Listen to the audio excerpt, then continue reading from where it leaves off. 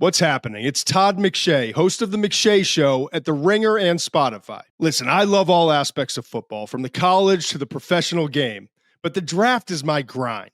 Listen and watch The McShay Show for all of my draft analysis.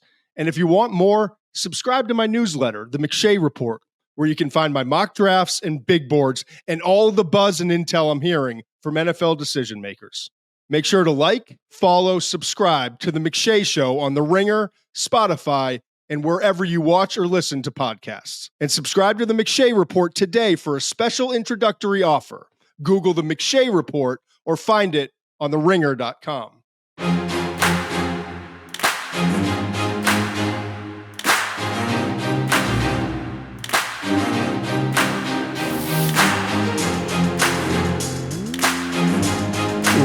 Welcome to the Ringer NFL Show. Sheil Kapadia here with Diante Lee and Steven Ruiz. The 2025 NFL Draft is in the books. We are going to do some winners and losers. But before we do that, we have to. Listen, we were hipsters on Thursday. We didn't talk Shadeur Sanders until like 40 minutes in, but he actually got picked on Saturday.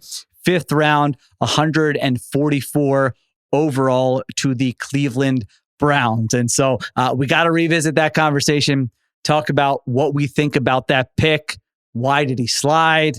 Why did the Browns do it after they drafted Dylan Gabriel? We'll get to all that, Diante. I mean, just your impressions. We were joking before we started that it kind of felt like the draft ended when Shedeur Sanders got selected. The storyline everyone's been talking about for 3 days finally found a conclusion.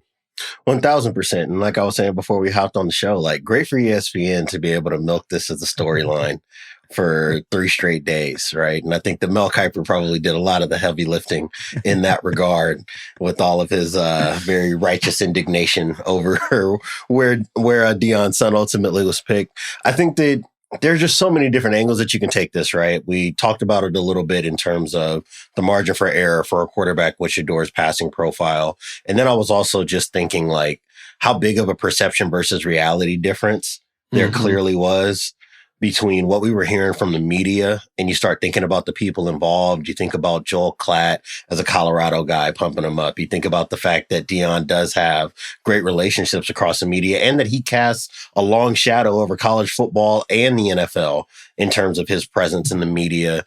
And for just so long, right, for 2 years, since he transferred to Colorado, there was just this almost like fait accompli that he was going to be a top half of the first round type of quarterback. And clearly the NFL did not evaluate him that way as a talent. Otherwise, he wouldn't have been here throughout the weekend. And then the reported behavior in interviews. And again, it's very hairy. It gets really tangled trying to work through that. So I don't know how much of it to make. But clearly teams were at least miffed, at the very least miffed by the conduct in interviews. And I think I tweeted it out this morning that what it felt like to me was if the evaluation wasn't the strongest, and he was putting people off in interviews. And when scouts get together with coaches and with their GMs, and you start combining all these things, I would not be surprised at all if coaches said, this is a backup. And what you just detailed to me is not worth the headache as a backup. And if you're a GM and you hear that from your coach, I'm not picking that guy and putting him in a position where we know we have to roster him for multiple years if things don't work out, or to set an expectation that the guy has to play early in his career because he's drafted high. So that's just kind of what I'm resigned to now. I think most of all, I'm just glad that the saga is over and we can talk about him as a pro to the extent that we do get to talk about him as a pro. Yeah, I feel like the slide is complicated and it's also not complicated. I feel like it starts with the misevaluation, the disconnect between where the league viewed Shedeur as a prospect and where Team Shedeur viewed Shedeur as a prospect. Right. And that informed how they approached draft season, which I think ultimately is the reason why he slid. I don't think it's like some defect in his personality. I think if he approached the draft, not thinking like, oh, he had this juice where, like Deion said it, I think it was in September, he's like, we'll pull an Eli if he's going to a team that I don't want. Like, you don't have the juice to, like, day 2 players can't do that. Correct. Day 2 players can't skip out on the combine. Day 2 players can't skip out on the Shrine Bowl game and practices. Day 2 players can, I guess, it's kind of hard because you don't know where those anonymous quotes are coming from. When you listen to like Brian Callahan, who was on the record, he was like, Shedeur is a good dude. If you listen to Andrew Barry, who ended up drafting him, he was like, Shedeur was a nice young man.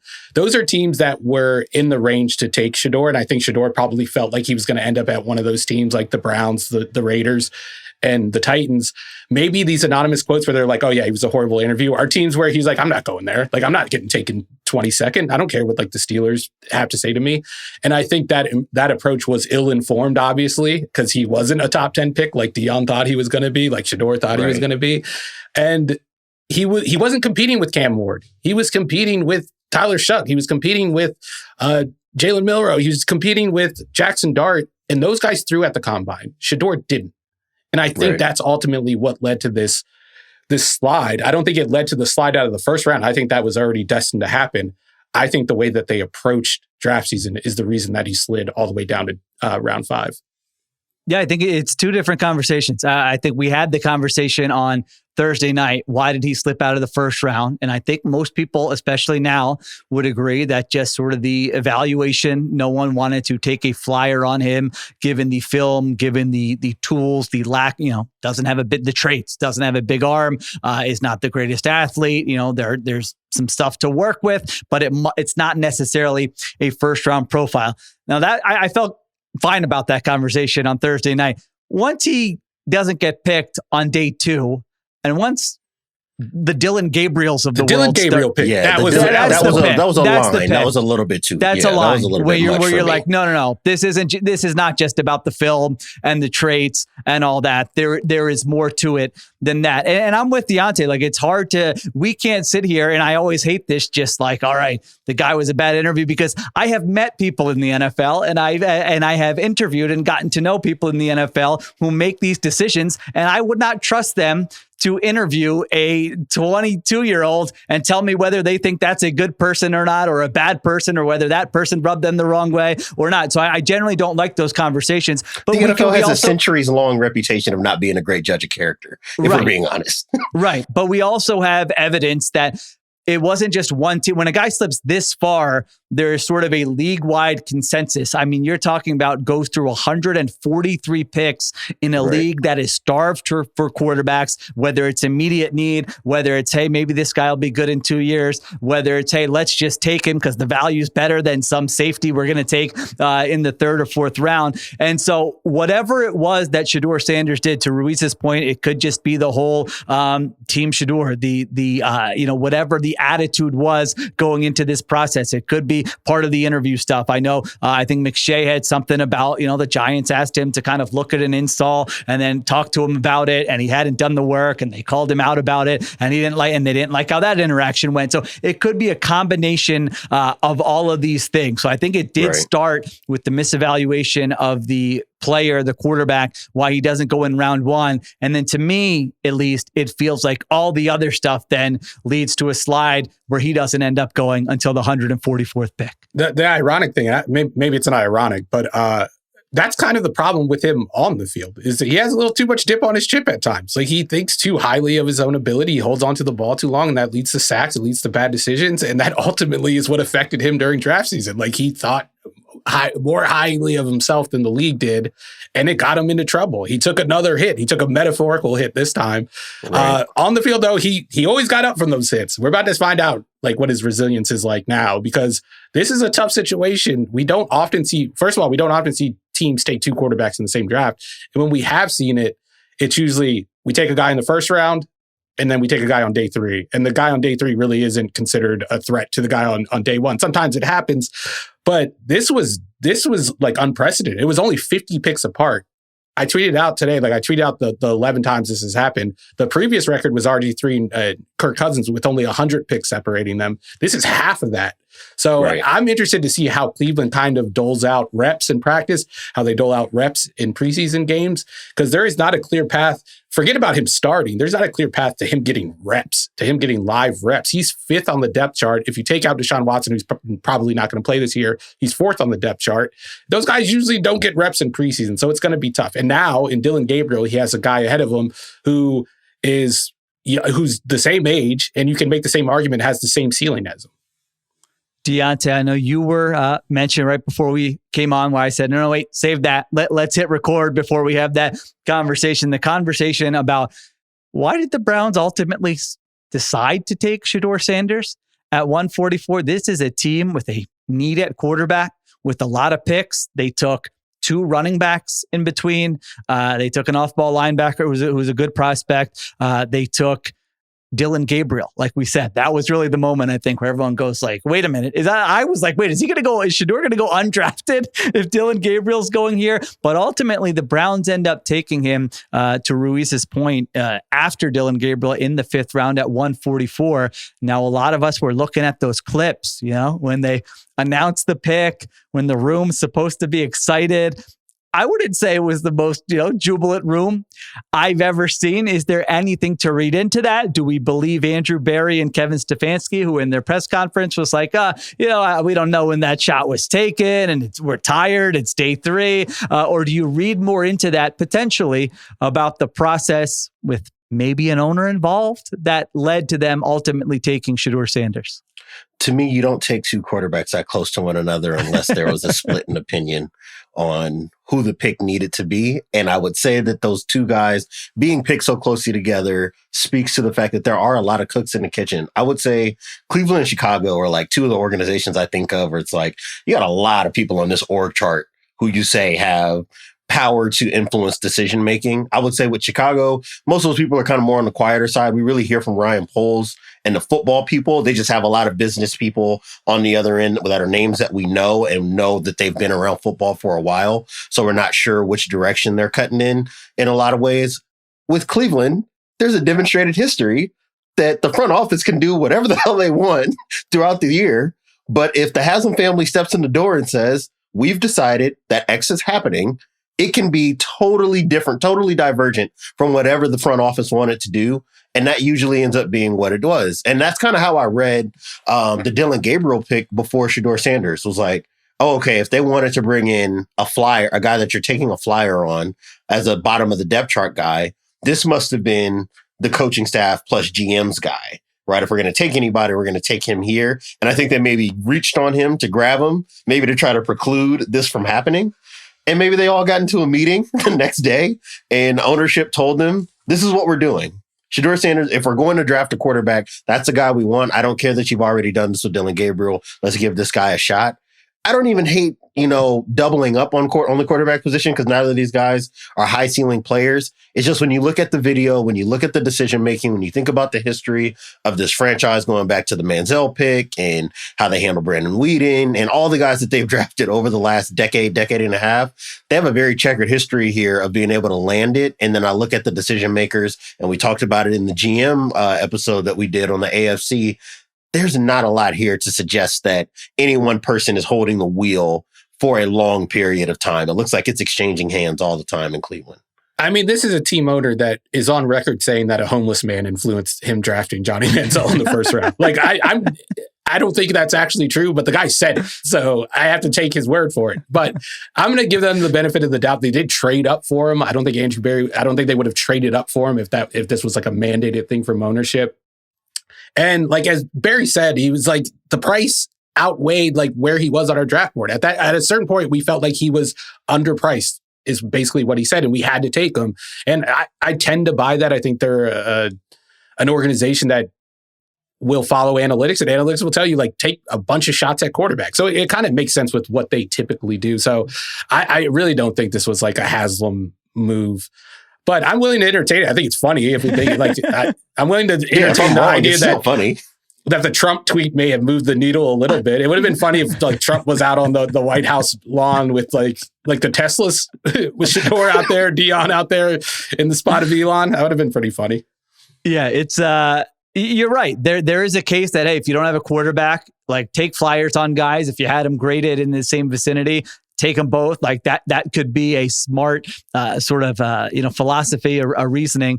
But yeah, it is hard to get that image out of my head when you looked at them when they drafted him, and Kevin Stefanski's doing a little golf clap And Andrew Berry looked like he was about to fall asleep. He certainly didn't look too excited about it. And you look at how far Shedeur Sanders fell and how many opportunities they had to draft him. Maybe you're right. Maybe the reasoning's right. And all right, at this specific price point in the 5th round, you say, hey, these guys aren't even guaranteed to make the team. Now we can go ahead and take him here. But I don't know. I don't know that the Browns are an organization that deserves any kind of benefit of the doubt. So if we hear something contrary to that, that certainly would not shock me. As Ruiz said, with the Jimmy Haslam history there, who knows? So yeah, now the quarterback room is Flacco, Kenny Pickett, Shedeur Sanders, and Dillon Gabriel. So I gave the funniest quarterback room to the Giants on our previous show with Jameis, Russ, Cutlets, and Jackson Dart. This one's right there. I don't know, Ruiz. I don't know if you're going to be asked to...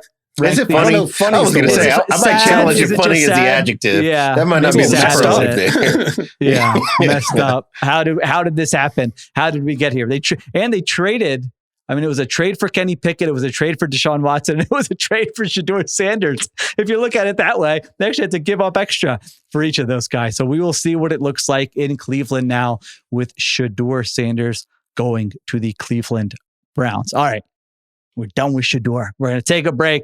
We come back. We are going to go through some winners. Then we're going to go through some losers from the 2025 NFL Draft. All right, we're back on the Ringer NFL show. Ruiz, you want to get us started? Who is one of your winners? And we said, by the way, this could be anything. This could be a team, a GM, a coach, a fan base, a player, any direction you want to go in. Ruiz, who is your first winner from the draft? Well, we're just going to stay right on this topic because my first winner is the Cleveland Browns. Despite the Shedeur pick, this isn't really part of it, although I do think that was a smart move. I do think they came away with a good haul of draft pick or a good haul of prospects. And then on top of that, the Travis Hunter trade, which I did like the trade, but I really loved it from Cleveland's perspective, picking up an extra 1st round pick. But I like the approach of taking 2 running backs. I think they took 2 running backs that complement each other in Dylan Sampson and Quishon Judkins. I think if you swap the Gabriel and Sanders picks, those draft positions, I like those picks a lot more. I hated the Gabriel pick when it happened, but as a 5th rounder, that makes sense. And Shedeur as a 3rd rounder, that makes sense to me. Carson Schweisinger, I like him as a linebacker. I think he's going to be able to walk into the starting lineup. And then Harold Fanning is another one for me. I think he can potentially unlock something for that offense if Stefanski can figure out to use him. So it's a good haul, and they set themselves up for future drafts. And if Shedeur does end up working out and being what we kind of assumed he would be, which is a day 2 prospect, they could flip him for value even if he doesn't become their starter someday. Right. I don't know if I have them in my winner category. I'm curious to hear what Diante has to say. I liked the trade. Thursday night, they were in my winners category. After that, I'm a little, I don't know. You have an entire offensive line that you kind of have to rebuild here in the next year or so, and you're spending valuable draft capital on not 1 but 2 running backs. You have a little I understand what we just said about Dillon Gabriel and Shedeur Sanders. I don't know. Was there a process behind that actually made sense, or was there some of the chaos behind the scenes? I tend to probably think there was some chaos behind the scenes there. So I don't have an issue with any of the specific players. Again, this is a crapshoot evaluating draft prospects. I like Harold Fannin Jr. I like Schwessinger, the linebacker, but there was a point earlier today where I looked at that and go, this is the team that came into the draft with the most capital in the NFL. And I don't know that they necessarily spent that on resources that I feel like would be great resources to rebuild what you need up front. And then some of the things you need on the defensive side of the ball. Diante, where did you come out with this Browns haul that they got? I'm kind of with Steven. I don't know if I would call them a winner. I would say they are just in the top half, I think, of the drafts that happened so far that we've seen, especially if you're looking at them through the first 4 or so rounds outside of Dillon Gabriel. I think they address needs. It just wasn't the most pressing, right? And I think that's where Sheil, I think what you're saying makes a lot of sense to me, right? They do have a lot of needs left on the offensive line. And we've been kind of pointing this out all off season. A lot of attrition at the tackle spot. Your guards, your interior guys, which used to be the heart and soul of this offense, they're aging. Guys have been hurt up front year over year.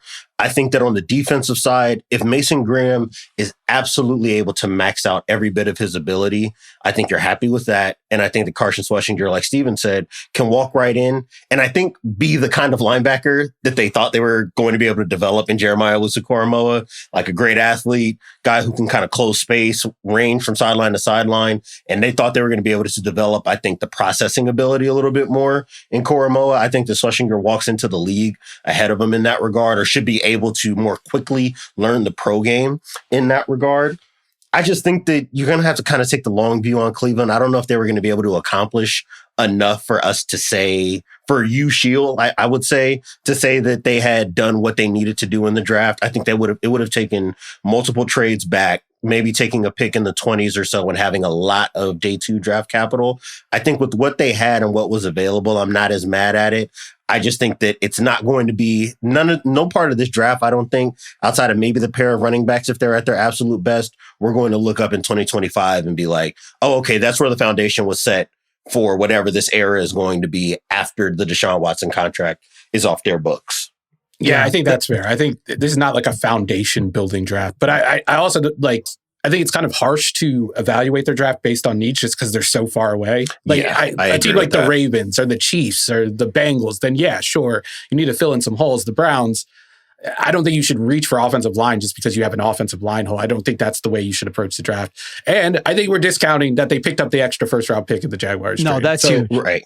Yeah, exactly. That's we can evaluate this whole thing in 2026, no doubt. I would say. That's the biggest thing. If they didn't do anything else, they put themselves in a better spot to get out of this QB situation that they're in and land someone next year. Or if one of these, it seems unlikely now, but if one of these quarterbacks were to be like, oh, wow, all right, Shedeur Sanders is just, he's the story of the NFL in week 8. Now you're still in a situation with 2 first-round picks next year. So yeah, that's the biggest thing, is that they've given themselves some optionality, some resources to get out from under the Deshaun Watson disaster and figure out a path forward next year. But I was remembering when we did the AFC GMs, we were looking at some of these Browns drafts being like, man, I want to give Andrew Berry the benefit of the doubt, but we might have to lock him out of the draft room. So yeah, so that might still be in my head when I look at some of these going, how are we going to look at this draft a couple of years from Where now? did we land on him? Did we? I think we did lock him out of the draft room. He found his way back in. God damn it.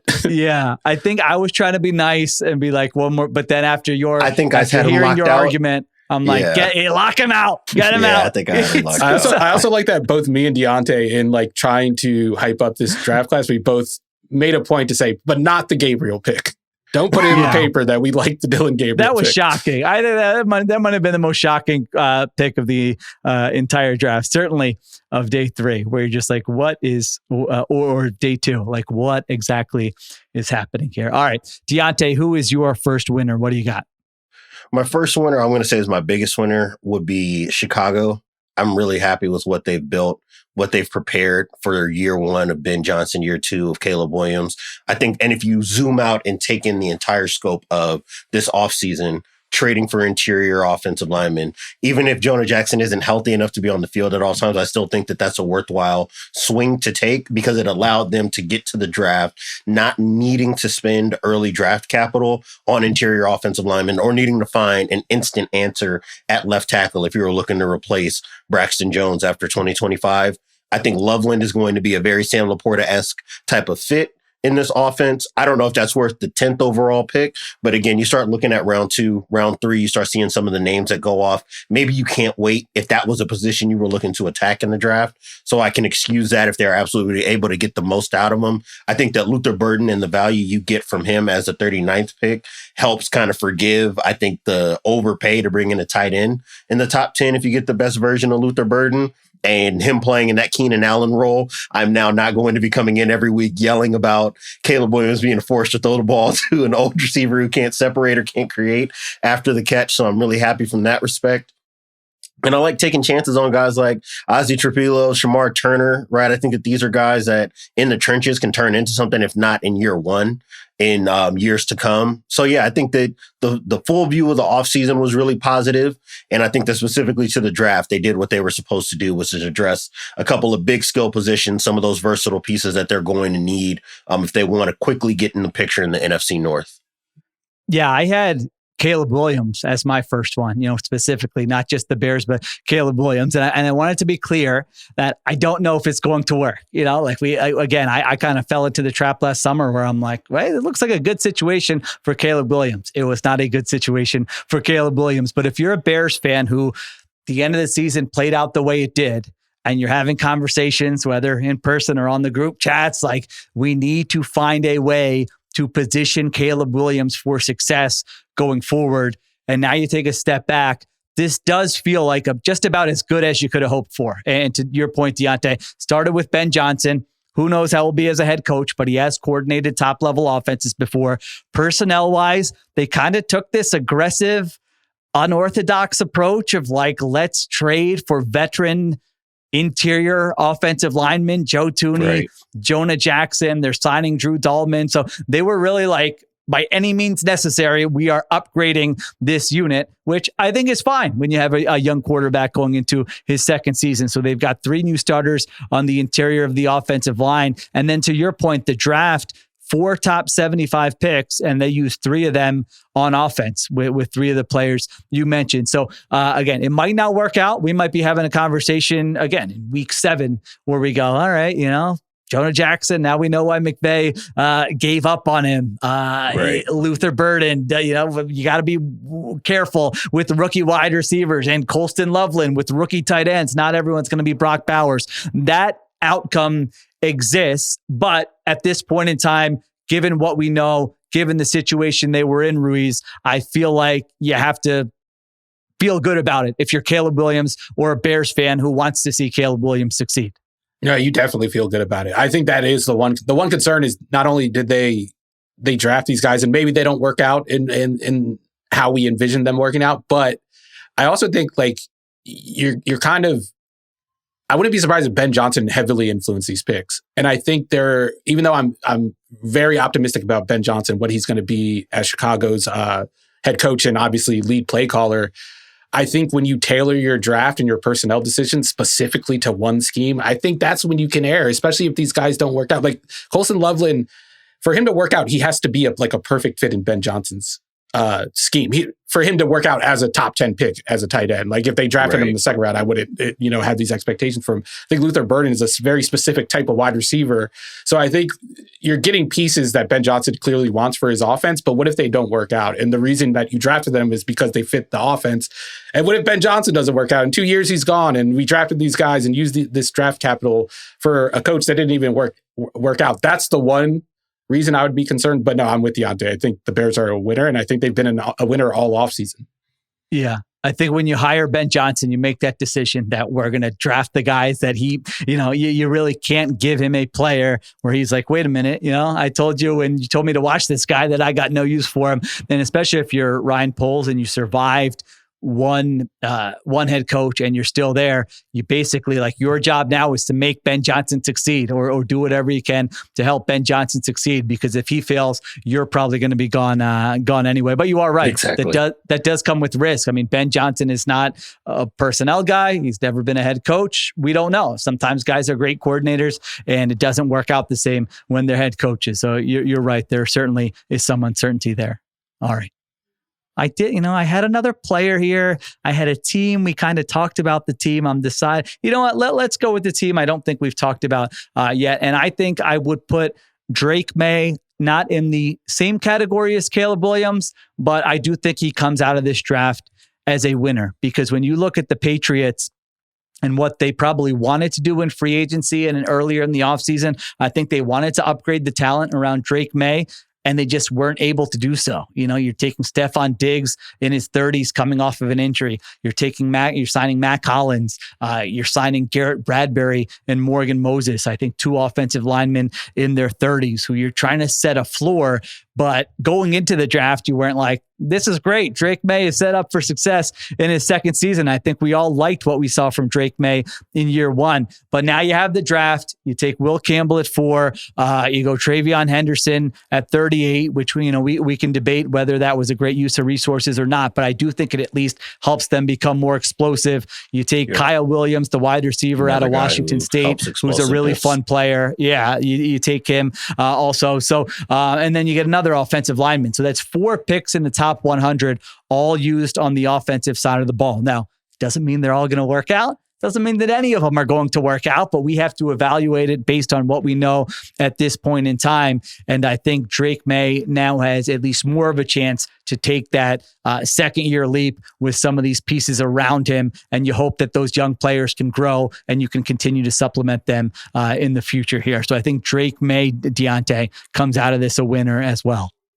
Yeah, and I think that they went and got some sure bets. Each of them are sure bets for different reasons, but each of their offensive picks, I would say, are sure bets. Jared Wilson, good athlete as an interior lineman. I think that he's going to help address a need they have on the interior immediately. Will Campbell, another good athlete playing tackle, and a guy you can bump inside if you need him to play guard, or if he can't hack it as a rookie, as a tackle, you can move him around and not feel like that was a waste of a pick.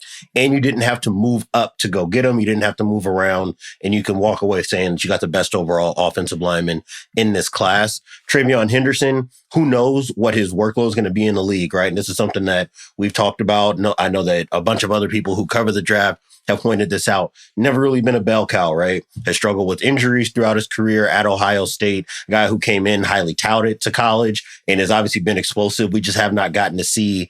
We didn't get to see him become a Bijan Robinson. We didn't get to see him become a Saquon Barkley, right? Because of injuries and because of the fact that he needed to share a workload. But at the very least, you know that there's legitimate explosive play potential. And if he can stay healthy, you know that he gives you third down value as a receiver and as a blocker. And he's going to open up a lot of doors, I think, for this offense in terms of finding a higher ceiling. And then Kyle Williams, one of the best separators in this draft class. I think that that's something that they've needed. The young receivers that they've been taking chances on have all struggled with separation. Not the best in terms of details and route running, don't always win at the catch point. I think that just having Williams as a guy that has inside-outside flex that you can rely upon as a quarterback is going to go a long way as well. So like you said, Sheil, these are all guys. None of these guys are like, outside of maybe Will Campbell, are like, oh, potential blue chip. They can be Pro Bowl, all-pro players before the end of their rookie deals. But I think that at worst, each of these guys can be very useful pros in this offense and exactly what I think they needed to do in the first 150 picks of the draft. Yeah, they needed starters, Ruiz, the Patriots, after, what we watched. I mean, it really is. Drake May really did uplift kind of one of the worst supporting casts in the NFL last year. So it's not going from a terrible supporting cast to one of the best in the NFL. It's going from like it terrible to hopefully competent, I think, for the supporting cast around Drake May.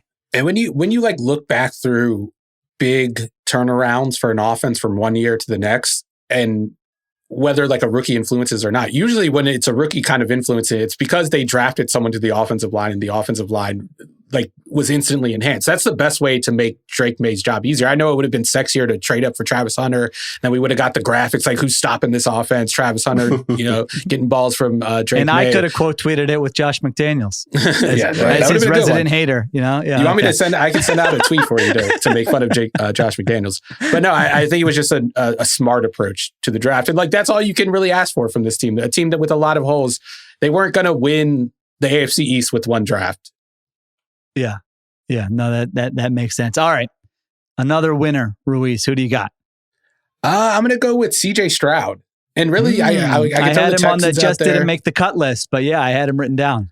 Yeah, I felt like them doubling up at wide receiver, the Iowa State wide receivers with Jaden Higgins and Jalen Noel. Like, I think, first of all, I like those two skill sets in combination. Like, I think it was smart to bring both in. I don't think it's smart because they played for the same team. I just think they have complementary skill sets, especially Jalen Noel. I feel like that was a CJ Stroud pick. I feel like Stroud was like, I need a guy on 3rd and 6. And we talked about this all season last year. They couldn't beat man coverage on 3rd and medium to 3rd and long. And now he has one of those players. And then I like what they did later. Like, obviously, they traded out of the first round. I think drafting Ariante Irsay, like I think that was a smart move. I think he might end up at guard given what they did in the offseason. I know they traded Laramie Tunsil, but they signed veterans and Cam Robinson and Trent Brown. So I think now you can move him to guard. And then I'm not sure how I feel about the two USC guys. I would ask Diante about that as a USC fan. But I really like the Jalen Reed pick, the safety out of Penn State, just because I think he fits into that defensive culture as just like a downhill, will hit you in the mouth type of safety. I really like that. I think D'Amico Ryans is going to get some good mileage out of that 6th round pick. Yeah, him with Jalen Petre, Chauncey Gardner-Johnson, who Yep. they signed. They have a very distinct type about the type of defense they want to be. And I know we've mentioned it before, but it's worth repeating. The defense did not let them down last year. The defense kept them afloat against big-time quarterbacks, and there's reasons to believe that unit can be even better. I'm with you. You look at it now. I still don't know if we could be having a conversation in week 6 about them, that they still didn't fix the offensive line, and we don't know much about the new play caller. How good is he going to be? But yes, on paper, now you have Nico Collins. They got Christian Kirk in sort of that sneaky move, which it's like Christian Kirk is a capable, starting receiver in the NFL. So they have him. Now they drafted these 2 guys, Jaden Higgins, Jalen Noel. I'm with you on Ariante Ursary. I thought he was a pretty interesting prospect where it might not happen for him, but he has the tools, I think, to be a quality starting tackle in the NFL if he gets developed, if he's pretty good. So yeah, those were the three picks that I looked at. All right, you took these guys early on. Let's see what it looks like. You know what you're getting with the defense. I'm with Ruiz, Diante, that I think CJ Stroud does come out of this weekend looking like one of the winners. Yeah, I think that Steven pointed out what was most important to me, right? I think that Jaden Higgins and Jalen Noel, not just because they went to the same school, but you think about how their skill sets are going to translate to the pro game. I think that each of their skill sets kind of cover for weaknesses in the other, right? Like Higgins can be a take the top off guy from the slot. You can move him around. He's a bigger body. Obviously, I think that people kind of invoke the name of Nico Collins. I think I heard that on the ESPN broadcast. Yeah. And I think that that's lofty when you consider what Nico Collins has turned into, coming from what he was at Michigan to what he's been in Houston. That's a very lofty type of trajectory to put on a player. But you look at the big body guy who can run like that, who can track the ball deep downfield, and I can understand why you can see the outlines of that kind of player. Like you said, Steven, with Jalen Noel, a guy that can separate, very detailed as a route runner, sure-handed. I think that that's going to be a big help in this offense when they're in the drop back game. Ursary was a guy as an Eagles fan that I was looking at saying like, hey, if Philadelphia is poking around looking for a project that you can move inside or out, got the right kind of athleticism, the right kind of traits as a pass protector where you can turn into something. And then for the USC guys, like Woody Marks is kind of a do it all back. I think that that's somebody that kind of helps you maybe need Dameon Pierce a whole lot less. Right. Because Woody Marks is another tough runner, even though he's a little bit smaller. I like how he works in between the tackles. It can be useful for them in that regard. And then Jalen Smith to me is really kind of more of a backup at a priority spot for them. Right. Like obviously they couldn't really run the defense the way that they like to after Jalen Petrie got hurt. And I thought they were able to make do. They just played a bunch of cover one. But you saw less of the quarters, less of the detailed stuff. They were aggressive, but they weren't the exact version of the defense that we know that Brian Burke and DeMeco Ryans wants to have. I think that having Jalen Smith as a backup slot kind of backstops them against that in case Petrie does get hurt again. And knowing Petrie's play style is very violent, very physical. There's always a chance that he gets banged up throughout the course of the season. So yeah, I would say on both sides of the ball, I did have them as a winner as well, but I was looking at it from a Texans perspective. And the thing that I pointed out for them when we were doing GM rankings, they're better, as good as anybody as we're going to get the names All right. If you're sitting in the bar and you're a Texans fan, it's somebody that you've watched on a Saturday. It's somebody that you've heard about on the NFL Network between the combine and the pro day circuit. They are not doing deep digging on FCS players to find some guy that's a little rough around the edges, but can be a player. They got sure commodities. And I think that that's probably what this team needs, considering they consider themselves a contender in the NFL. Yeah. And it was also at like the positions of need. The positions that we would have said they needed to help out CJ Stroud. It was like a common sense approach to the draft. And it was, like you said, with guys that we've heard of, that's a recipe for becoming a draft weekend winner every season. Yeah. I mean, you're going to get the good grades. You're going to get a little pop on social media. That's all you got to do. Premium positions and guys at schools that people have heard of. That's who I'm going to be giving my winners to here. All right, Diante, who is your second winner here? I'll save my last one for the end. It's going to be pretty predictable. I'll go with the Chargers here. I thought that I really liked what they did on offense, helping out Justin Herbert. I think that Amarian Hampton, even though it's a little tricky doing that in the first round, after you brought in Najee Harris, I don't think that Najee Harris as a player should preclude you from getting a running back that you love. Right. I do think Hampton's a tough guy, do it all back, another guy with 3-down value, and that's going to be a good fit for a Greg Roman offense.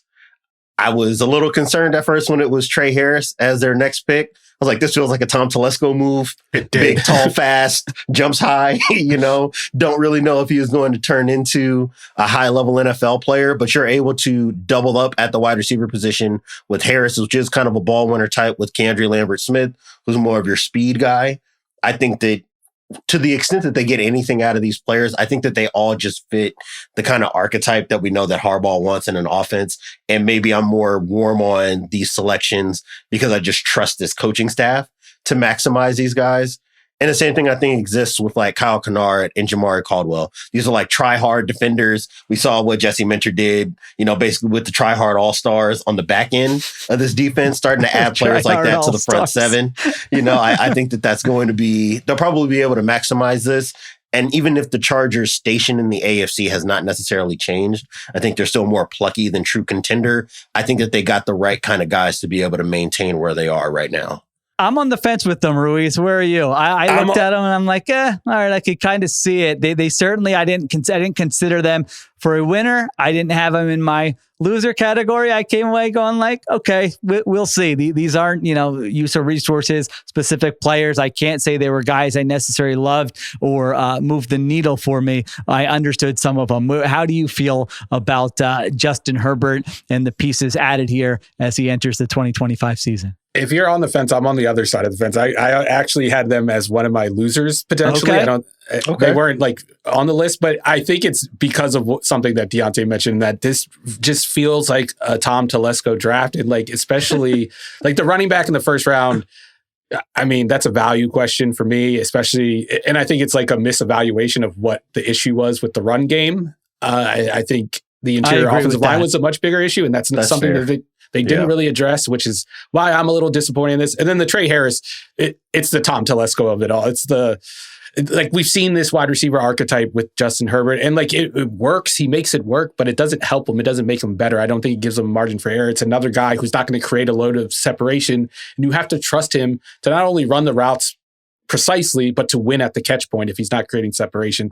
So like, that's why I'm a little turned off by this draft, but it is completely because of, it has nothing to do with these guys as individual prospects. It's the team that drafted them. If another team drafted them, maybe I would have liked this draft a little bit more, but because it's the Chargers, because it's Justin Herbert, I'm a little salty about it. All right. There you go. My next winner is a team that I've been pretty critical of for most of the offseason, but I kind of like their draft, and that's the Seattle Seahawks. They come into this draft obviously needing offensive line help.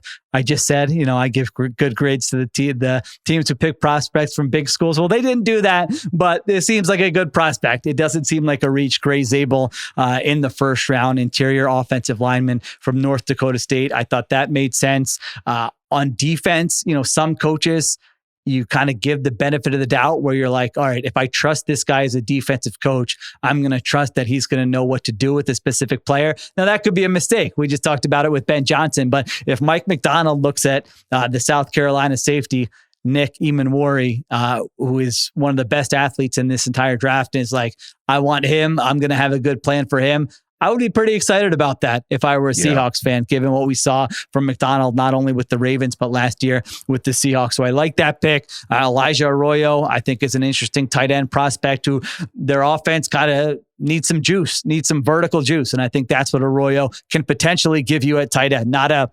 surefire, going to be good player, but the idea of him, I understand. And then, you take a flyer on a quarterback, Jalen Milroe at 92, who, if nothing else, is a really, really fun runner. And I feel like if you're a team like the Seahawks, you do the Darnold deal, you're only committed to him for 1 year, you should be taking flyers on quarterbacks who you feel like have some potential in the draft. And I thought they did that. So this is one where 3 years from now, we could look at it and go, that wasn't a good draft. They got like one okay offensive lineman and nothing else. But at the time these picks are made, these picks made a lot of sense to me. They drafted for volume. They took, I think, 11 players in this draft. And I feel like that's the type of draft that they needed. And it's been weird in Seattle. When we did our GM things, it's like some of these drafts have been awesome with Schneider. Some of them have been zeros. The offensive line has been kind of a blind spot. But I feel like if you're a Seahawks fan, you should be pretty happy with the selections they made here. Diante, what do you think? Am I nuts, or are you on the same page?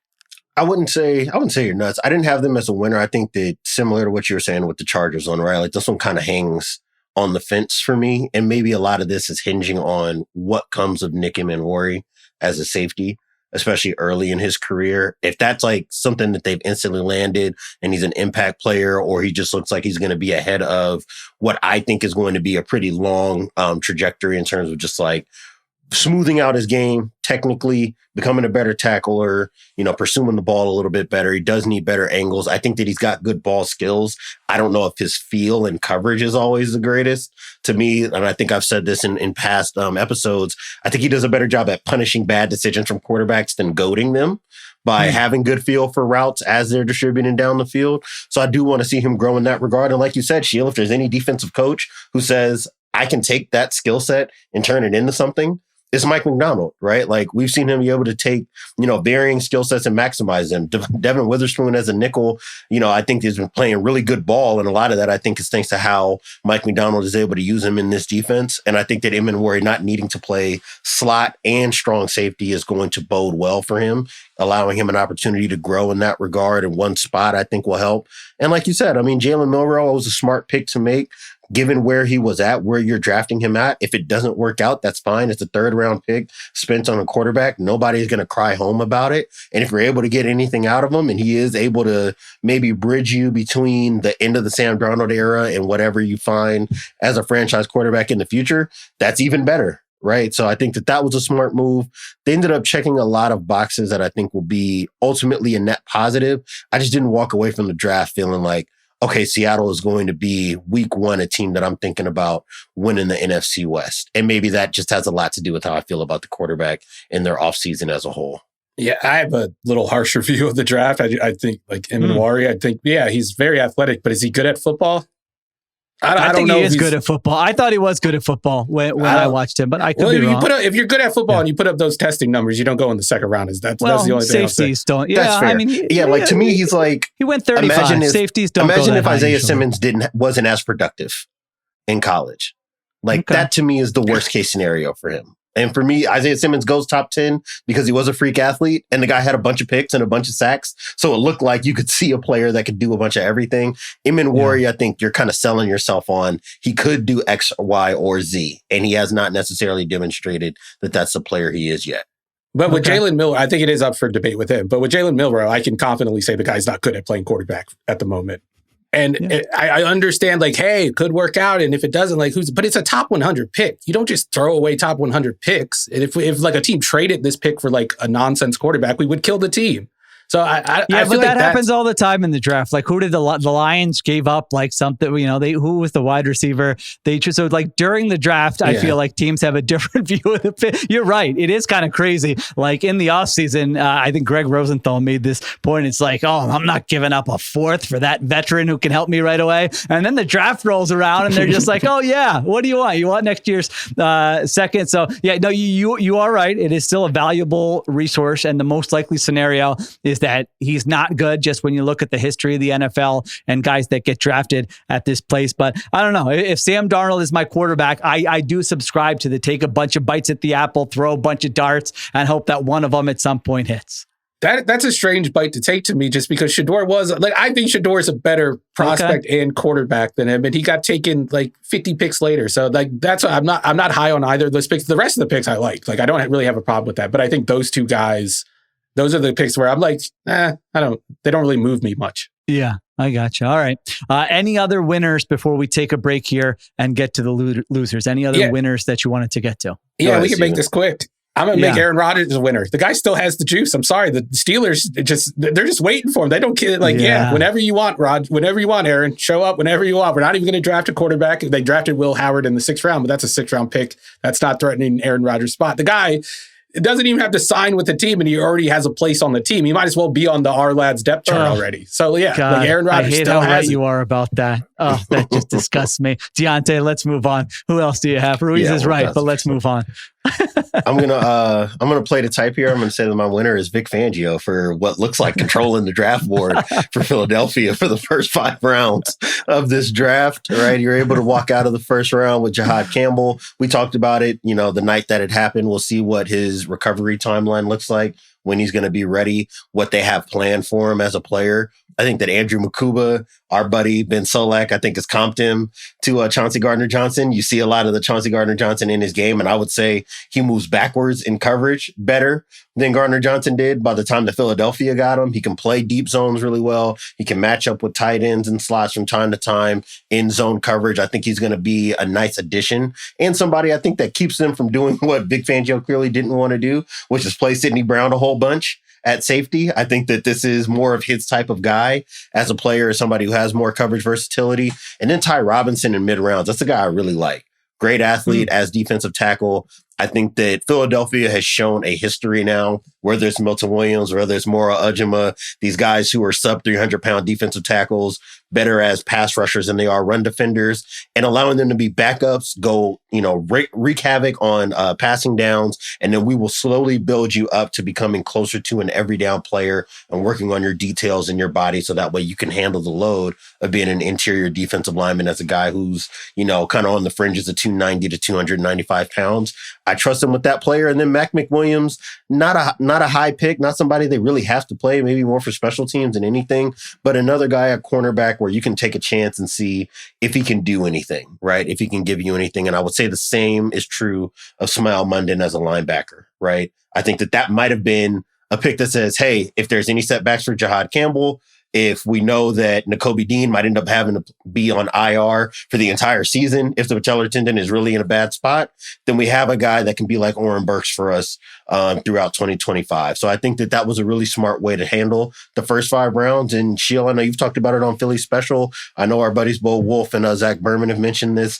This is a team that now, because their roster is so expensive, the defense has to be a bunch of young guys that play. And I think that they got a lot of young guys in this draft who can go out and play and give them something.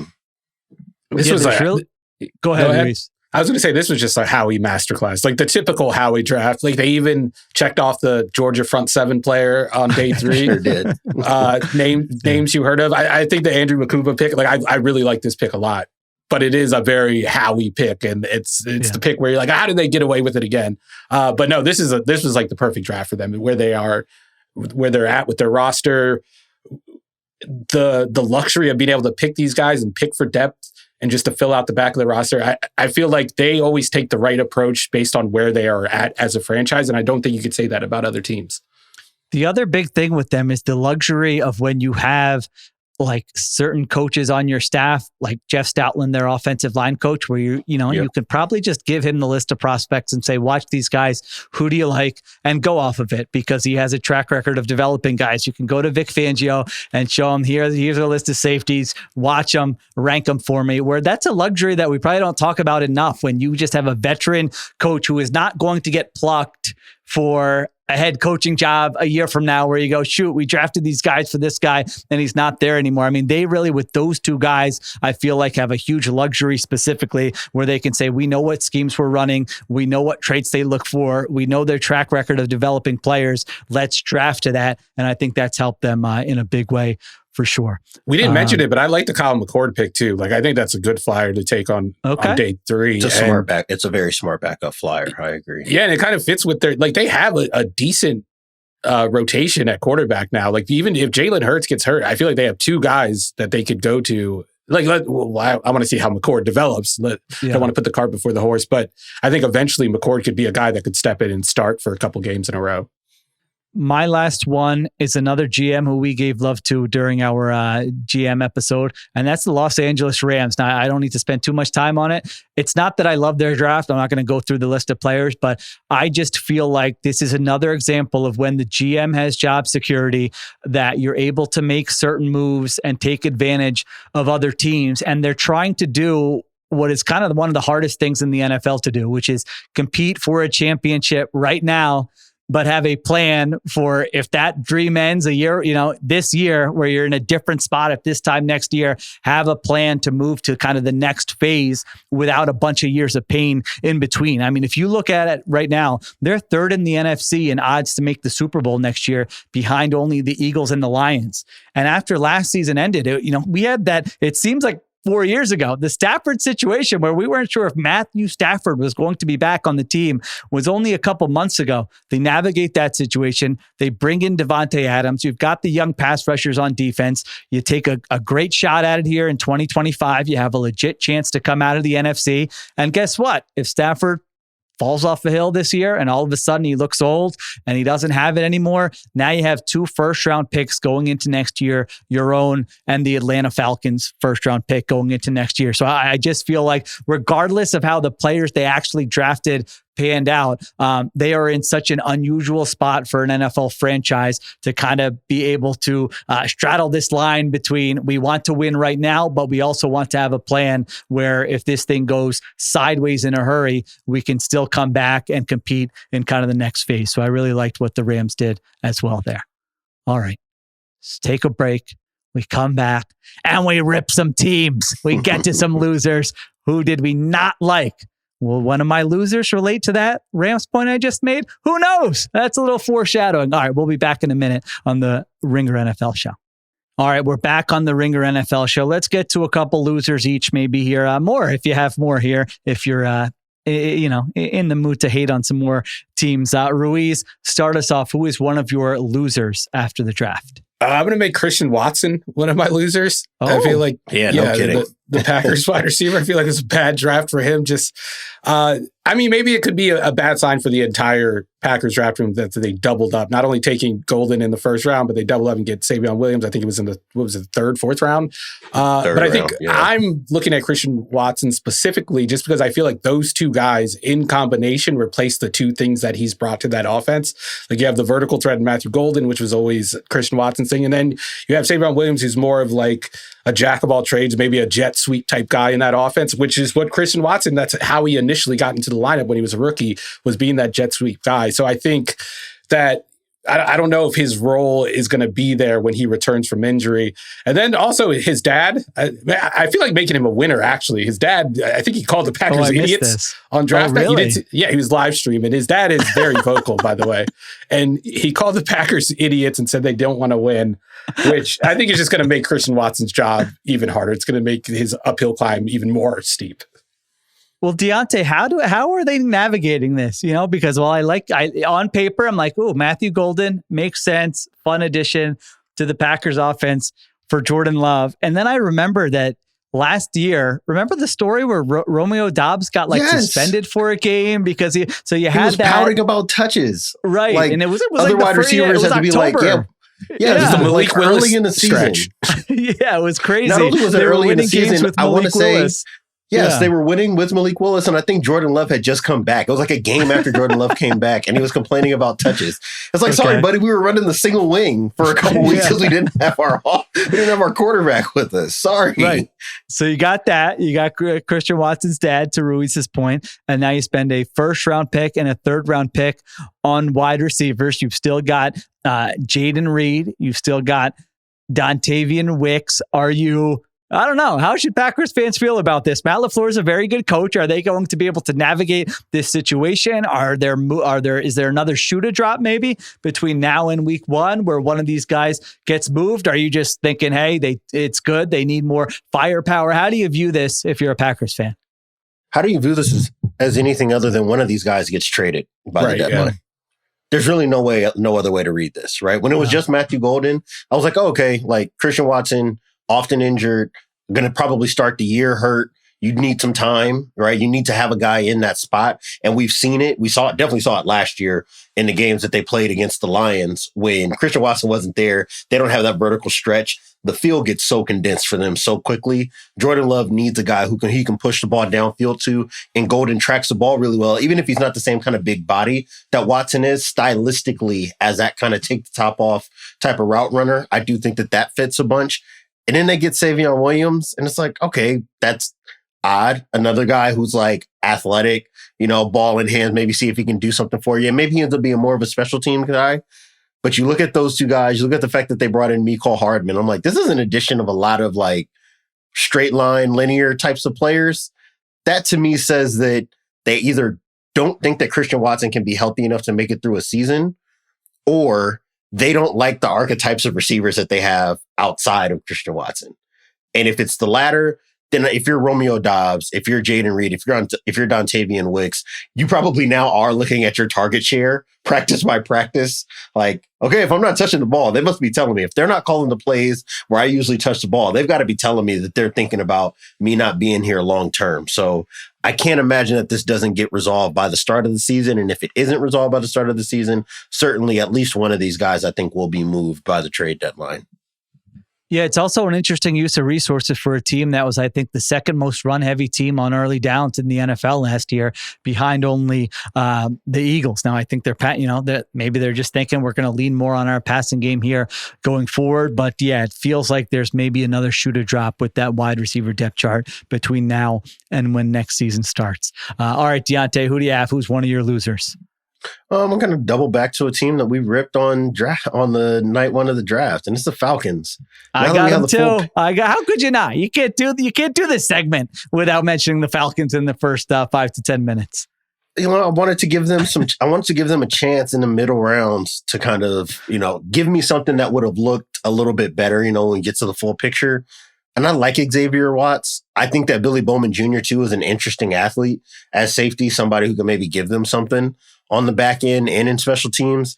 But you look at the whole picture, you've traded away a future first round pick and what you walked away with is what seems to be a certain starting safety in Xavier Watts, a Billy Bowman who's kind of like tweener skill set. They're going to have to figure out what they want to do with him.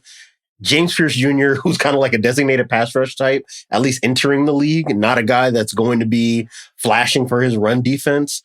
And Jalen Walker, who's another tweener skill set. And I'm like, what do you do with this? Like, honestly, if you're Raheem Morris and you're looking at your defensive depth chart, why do you feel any differently about this defense today than you did coming into the season, outside of saying we actually have bodies we can play on the edge? And we don't even know if those guys can play on the edge right now. Yeah, on first down, can they play on the edge? I don't know about that. No. Right. No, he didn't play a lot of snaps. And I mean, I'm with you. I was like, do I really want to go in on them again? I already did it on the last show, but it's like, if we're doing winners and losers, I'm sorry, this has to be at the top of my list. And so I'm like, all right, well, I just thought, is there no one in the room being like, let's take a step back and look who we are?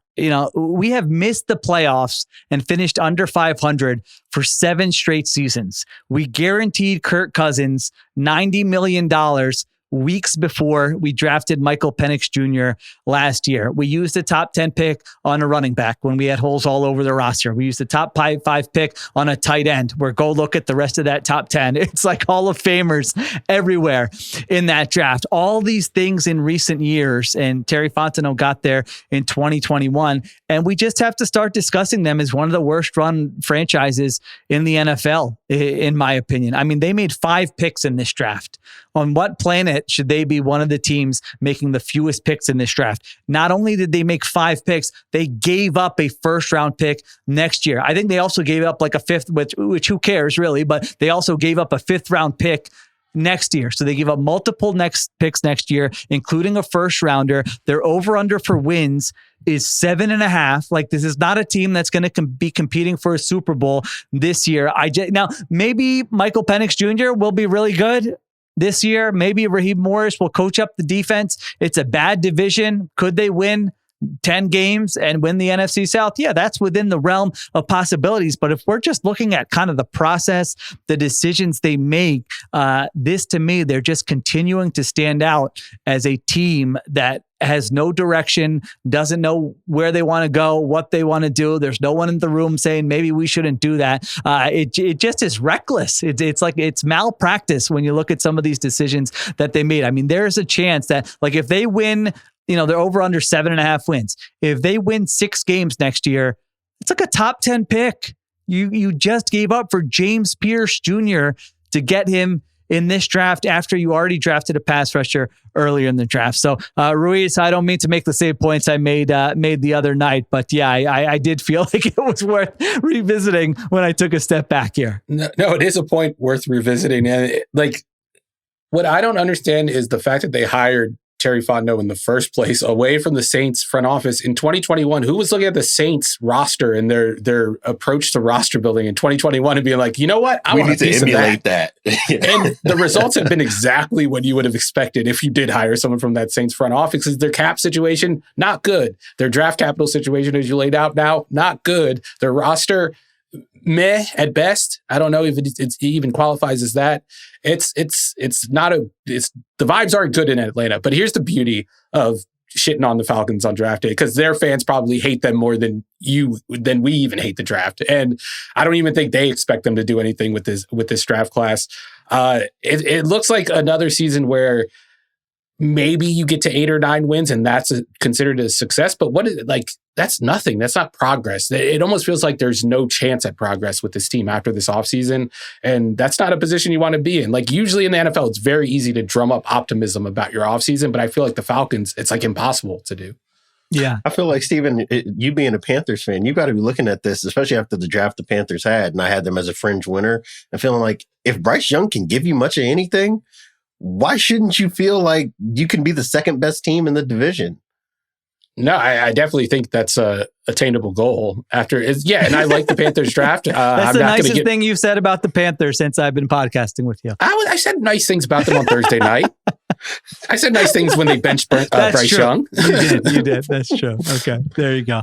I should keep a list. That's one of the many things. I'm not getting as I feel like people are doing enough of the hype peddling with the Panthers after Bryce Young he was no longer the worst quarterback. He was now just a bottom 5 quarterback. And everyone seems to think that that's going to bode well for the future. See, that's what I'm talking about. All right.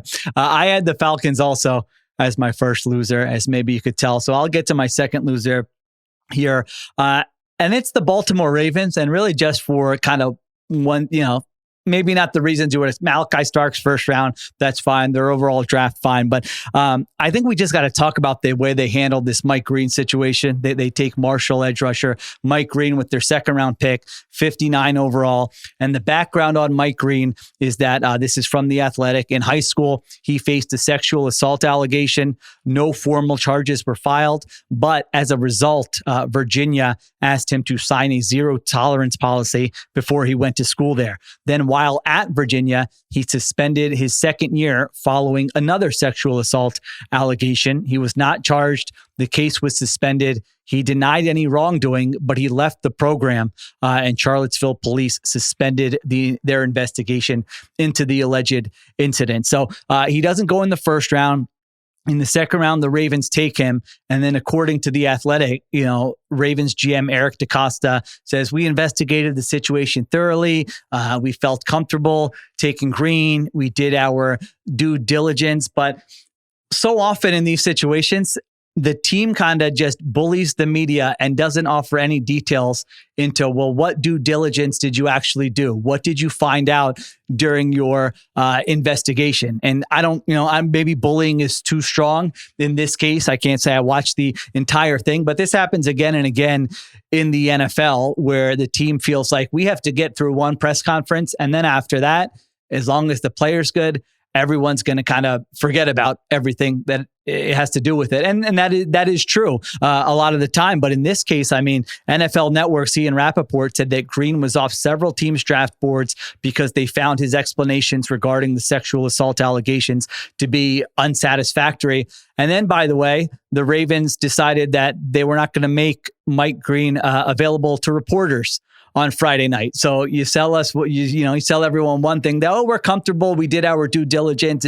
misunderstanding, whatever, but then you don't make him available to speak for himself and answer reporters when he's drafted, like every other draft pick generally has to do in the NFL. So I'm not naive to this. I understand teams will overlook all kinds of things for talented football players, but I also think we shouldn't just have to take the team's word for it, when they say, hey, we did the work and we feel good about it. And specifically with the Ravens, Eric DeCosta talks all the time about, hey, the draft is filled with uncertainty and you got to get a lot of bites at the apple. Like, I don't understand how you can have that view and then you're spending a top 60 pick on a player like this, a very valuable resource where you feel like, hey, the value is just too good to pass up. So there's that side of it. And then the last thing I'll say about the Ravens here is on day 3, they take a kicker, Tyler Loop, in the 6th round. Now, why would they take a kicker? Well, that's because Justin Tucker, according to the Baltimore Banner, is facing 16 allegations of improper sexual conduct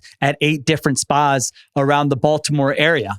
And all this comes on the heels of a couple of years ago when John Harbaugh is asked about Deshaun Watson, and he references the Ray Rice situation and says, quote, we have kind of a zero tolerance policy when it comes to mistreating women. And this is on the Ravens website. You can go back and read it. He says Steve Bisciotti, the owner, kind of put into place this policy about mistreating women. And so he phrased it as kind of zero tolerance. Now, since then, they've backed off it a little bit and been like, there's nothing in writing that we have a zero tolerance policy. He did say kind of. He did say kind of. You're right. He did say kind of. So it just, I don't even know like what, my main point is, but it just leaves kind of a bad taste in my mouth. I feel like if you're a Ravens fan, not all of them, but I'm sure there are many Ravens fans who are like, you don't need to bring this guy into our building. You have such exciting, feel-good players that are so easy to root for in Lamar Jackson, in Kyle Hamilton. And now, like, if you're a Ravens fan, you're going to be watching this guy on Sundays next year, and you're going to face this sort of moral dilemma. Like, do I cheer when he gets a sack? Am I mad that he's on my team? That type of thing. So again, I know this happens all the time in the NFL. The Chiefs do it all the time. A bunch of organizations, if they had the opportunity, would do it. So I'm not saying it's just the Ravens, but I also feel like when a team does make a decision like this and handles it the way they're handling it, that you also should call them out a little bit and say, I understand what's happening, but we're not just going to sweep it under the rug and not talk about it. So I'm putting them down as one of my losers. What's up with these AFC North teams? I feel like all 4 of them have a history of just ignoring this stuff when you think about it. Yeah. Browns for sure. Steelers. Because they had a certain quarterback. Who was a DB? Yeah, who was a DB? You're right. That was yeah. And the Bengals. What about the quarterback, Ben Roethlisberger? What about Antonio Brown? What about they have James Harrison got accused of domestic violence too, and the ownership at the time was like, oh, it's just his religion. It's he's Catholic. Like that's just what happens. So like I think like you said, there are plenty of teams that are guilty of this, but the Ravens are a team that had the Ray Rice situation, claimed to have learned from the Ray Rice situation, claimed to have put in policies because of it in reaction to it. And then in the last year, they've just made a mockery of those statements. So I think they're a team that deserves all the ridicule that they're going to get over the next couple of weeks and next couple of months. All right. To me, and I want to wrap this up, Sheil, because I think that you kind of pointed out a lot of the points that I wanted to make. I want to make sure that my point is simple here. I am only using the words that John Harbaugh offered up a couple of years ago when he was talking about the zero tolerance policy. He said that the biggest 3 things were you needed to get to the truth of the situation, you needed to understand the circumstances that were involved, and you needed to try to keep yourself away from being a part of acquiring players through the draft or bringing in free agents that had these kinds of things swirling around them. That does not mean that you don't take a guy who has allegations, right? But the point of, and I was thinking a lot about this and talking with some of our editors about it as a pick came in. The point of a zero tolerance policy is not that at first sight of trouble you head for the hills. It means that you're thorough and it means that you're proactive. And to me, what Baltimore has done with Justin Tucker and now with their comments about Mike Green in lieu of taking him, they have not demonstrated that they know what the truth is. Because they could have said that at the press conference after they picked him. They gave us no additional details about the circumstances that came up with these allegations. Either the one in high school, which I can understand because he was a minor at the time. Maxwell Hairston is another player who was drafted, who had a sexual assault allegation when he was a minor. Those case files are sealed for a lot of good reasons. So we don't even have to litigate why, when things happen with minors, why we don't get that stuff released publicly. But at the University of Virginia, the university has not spoken on their findings in the investigation. They haven't put out any statements. There's no acknowledgement of the victim in any of the statements from Mike Green at the Combine, from the Ravens at their press conference. Nobody in the broadcast can give you any details at the time of the pick. And the last piece of it, and this is the most important thing to me, is that if you have a kind of zero tolerance policy, then the last part of what John Harbaugh said is most effective, which is that you try to keep yourself clear if you're not certain of what the truth is and what the circumstances were. And with Justin Tucker, they have kind of hid behind the NFL conducting its own investigation. Like, these allegations aren't happening right in your own backyard. So what you're telling me is you drafted a kicker just in case the NFL corroborates what's reported by the Baltimore Banner. And now you can say the league decided for you instead of this quasi zero tolerance policy. And then the fact, to me, and this is speculation because it's not like I'm reporting on it, to me, it's the Virginia situation is quiet because he left. And there's no way to know what happened when he was a minor. And that's good enough for you because he kept his nose clean while he was at Marshall. And if that's the case, you can say that. Hey, we know he's gone through whatever he's gone through, but in his time at Marshall, we found out that he was taking care of his business. He went to class. He didn't get himself in any trouble with women. It seems like he's contrite when we spoke with him. What we got from Eric DeCosta instead was we did what we thought was fair. We were comfortable with taking him. We have good scouts that look into these situations. Yeah, Who that gives a part shit about to me, any of those is quotes. I mean, your scouts, like, bro, I'm sorry. I don't trust Don't spit NFL on me and tell scouts. me it's raining. Yeah, you can just tell me he's an excellent thank you. football player. And the last thing I'll say before I sign off on this is, and it was funny to me, I don't know who asked it in the press conference, but what they asked of him was, hey, Malachi Starks was probably going to be about in the range that you drafted him no matter what. But Mike Green had been talked about as potentially a top 15 pick. When he started sliding, were they closest players? Would you have considered taking him with the first round pick?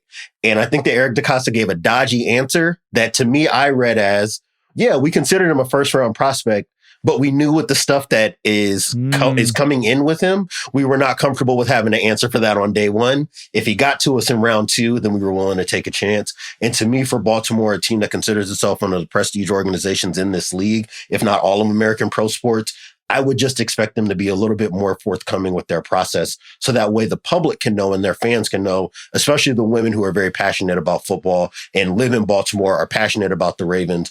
They deserve to know that you're thorough with their process and what zero tolerance actually means for you. Yeah.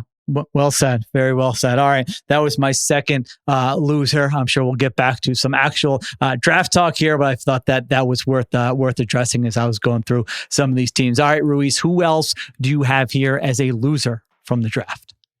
This is not me bashing the team. It's not me bashing the player. I'm going to make Cam Ward a loser because it's almost like he got no attention and he was the first pick in the draft. And 1,000%. For me, dude, I was thinking after our podcast Thursday, I'm like, I did a bad job. We didn't talk enough about Cam Ward. So yeah, I can be a loser on this one because I contributed to it. Sorry, I wrote Ruiz, winners and losers after the first round, and I don't think I mentioned him once. I might have mentioned him in passing, but like the reason why I feel this strongly about it is like, I honestly, and I think I hinted at this on Thursday, like I honestly don't get why he wasn't more hyped. When I watch his tape, I'm like, it's not like, oh, Caleb Williams or, oh, Trevor Lawrence or Andrew Luck, that type of level of prospect. But I feel like he is a viable QB1 candidate in most drafts that you put him in. And I think he's everything that NFL teams should be looking for in a quarterback. It's not just like, I've seen the Patrick Mahomes comps, which I don't understand at all. Those two guys don't play at all. Like if you look at Patrick Mahomes tape, I think Patrick Mahomes in college would call Cam Ward like a dork for how often he throws checkdowns. But Cam Ward has that ability to throw sidearm. He has that ability to create. But the thing that's so more impressive to me is his feel for football and feel for angles and finding passing windows and accessing them with sidearm throws. And he can do it in a variety of ways. And he has the arm talent to make every throw. He can obviously run after if the play breaks down. We saw that at Miami. And he kind of has that, he does have the Patrick Mahomes thing where he doesn't look super fast, but he looks like 0.1 faster than everyone else on the field. Like whenever he needs an extra gear, he gets it. So yeah, I think we're all losers for not celebrating Cam Ward for the last 3 months. I'm kind of surprised that there wasn't more of a celebration. I think part of it was because we in the media, we love the debate, and there was no debate over who QB1 was. So he was kind of an afterthought.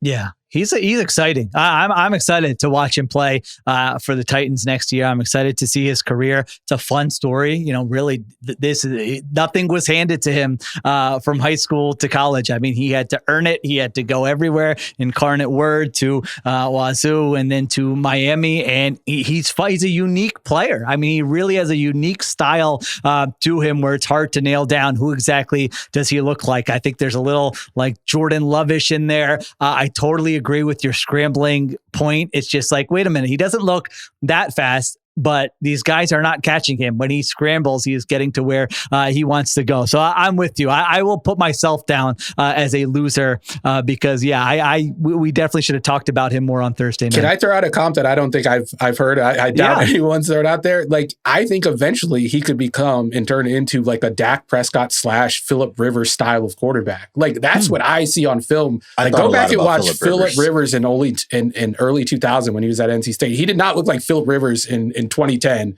where, like, by that point in the second act of his career, he looked like a guy that was playing a video game that he had already mastered, just like not even looking at the screen, just going through the motions.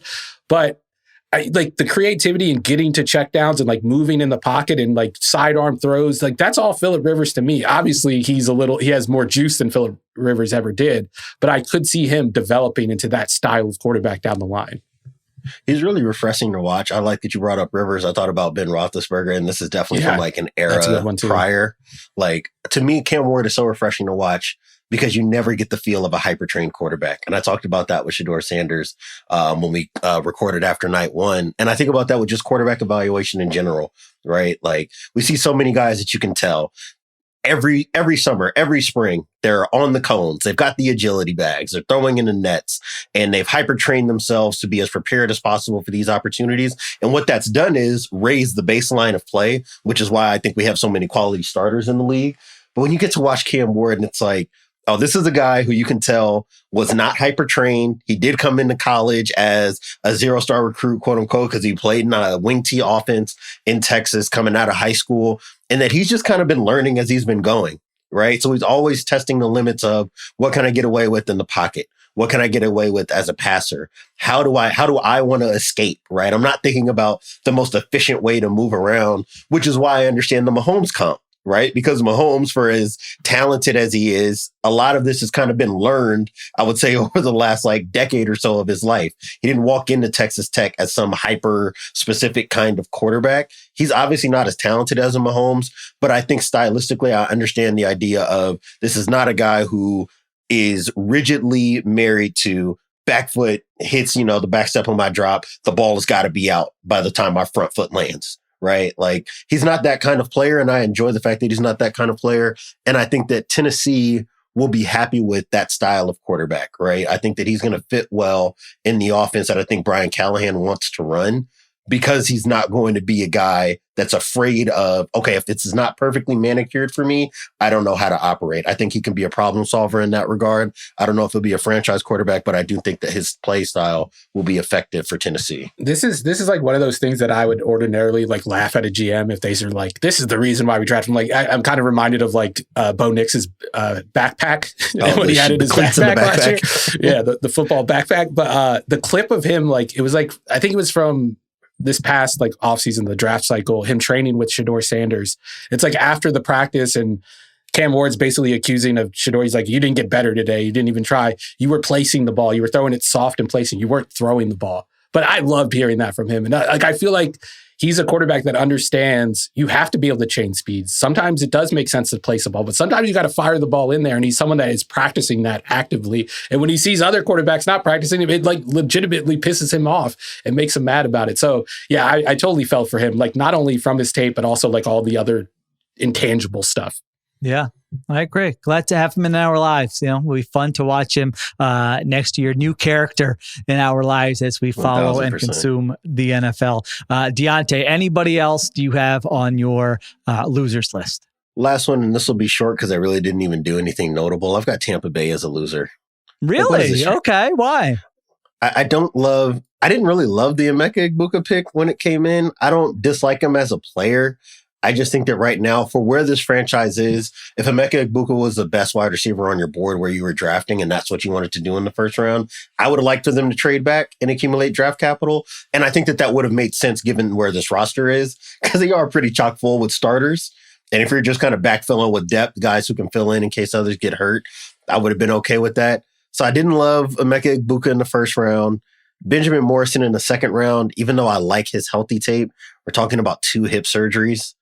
Right, in his career coming into the league, you've got to be a little concerned about just like what the long-term career prospects are for a player like that. And you think about other guys like Will Johnson, who we're still kind of unclear about what the status of his knee is. I think it's just been hinted that he's got some knee problems. I think about Shaban Ravel, who was just like a torn ACL, if I remember right. Took a big slide. This is not a guy that's had multiple, season-ending long-term surgeries, at least not to my knowledge. So that was a little uncomfortable for me, picking him right on the edge of the top 50. And then after their first two picks, I don't really see anything that's going to move the needle for me. Jacob Parrish is fast, but he's undersized, slot only. And Tyke Smith, I think, won that job outright by being a really good nickel in 2024. I don't know if that was the best use of that pick. I don't know if David Walker does a lot for me because he's not really he's an impressive production guy. If you look at what he was at the level he played at, I don't know if it's going to translate immediately to the NFL. And that is a one spot where they could use some instant impact. Chris Ballard's so jealous he didn't make that pick, by the way. That's 1, like a Chris Ballard. 1,000%. And then it's Tez Johnson, who's like super small wide receiver. It's a 7th round, so he doesn't necessarily have to give you anything. But again, I just look at the whole of this and I'm like, I don't think that the Bucs really went anywhere. Yeah, I think I agree with that assessment. Okay. I mean, Benjamin Morrison had the most moving team calls player. Phone call. 1,000%. I'm rooting for that guy 1,000%. the rest of my life. Let's go, Benjamin Morrison. So yes, that was, and to your point, you probably know why there were some of those emotions, multiple hip surgeries. Where am I going to get picked? Those kinds of things. I don't know if there's more to that in his background that had to do with kind of the emotions he was feeling as the Bucs called him. I thought it was okay. I didn't have a huge issue. Morrison was a very unpredictable player about where he was going to go because of what you said. You don't know what the medicals are. These I read it on paper and I'm with you. I go, multiple hip surgery, hip issues for a cornerback doesn't sound great. But multiple hip surgeries for somebody walking down the street is really concerning. So that's true. That's true. No, that's true. Igbuka was a surprise pick on day one. I liked the player, but that one surprised me a little bit. So I kind of just had him in the middle ground wouldn't put him in either category, but you made the case for why maybe they belong with the losers. All right. That's all I got. I had the Ravens and the Falcons as my losers. Ruiz, you want to rip anybody before we sign off here? Or are you good? The Bengals, I didn't like their draft. Like I didn't like the Shamar Stewart. Like I understand the Shamar Stewart pick. You're drafting traits, but like the lack of production should be a concern. Like the Dylan Fairchild pick, I don't know. I think he has shaky tape, but I didn't hate it so much. It's kind of hard to pick out losers on draft day because you're going to end up looking like an idiot most of the time. Right. I do have one unserious loser. I'm going to go with S2 testing. I didn't hear about S2 one time during draft season. Did you? CJ Stroud killed S2, right? It was CJ Stroud. He killed S2 testing. Frankly, it's their own fault. It's their own fault for the CJ Stroud thing breaking contain the way that it did. No, I didn't hear one thing about it. Literally, when you mentioned that, I was like, why is he mentioning this? Did I miss something? Because I haven't heard that since it got ripped for the CJ Stroud, Bryce Young stuff. So good loser, I think. Yeah, thank God that it's. Yeah, I don't want any of this like intelligent. I know it's not like intelligence; it's like athletic intelligence. But any type of this testing just makes me uneasy. I don't like it. There you go. And what a podcast. S2 testing as the final loser. Sorry, S2 testing. If you do want to sponsor the Ringer NFL show, then we can reconsider our position. But as of now, you are a loser on this episode. All right. Thank you to Stephen Ruiz. Thank you to Diante Lee. Thank you to Christopher Sutton for producing Kiera Givens on social. Don't worry. If we didn't get to your team, we got time. We got nothing but time in the weeks and months ahead. We will be back later this week to talk more draft fallout. There's always like the Monday pieces about this team thought about trading for this player. This is why this team landed on this player. And who knows, maybe some trades and stuff after the draft now that teams see who they landed. So we'll be getting to all of that later this week. I'm Sheil Kapadia. Appreciate everyone listening. We'll talk to you next time on the Ringer NFL Show.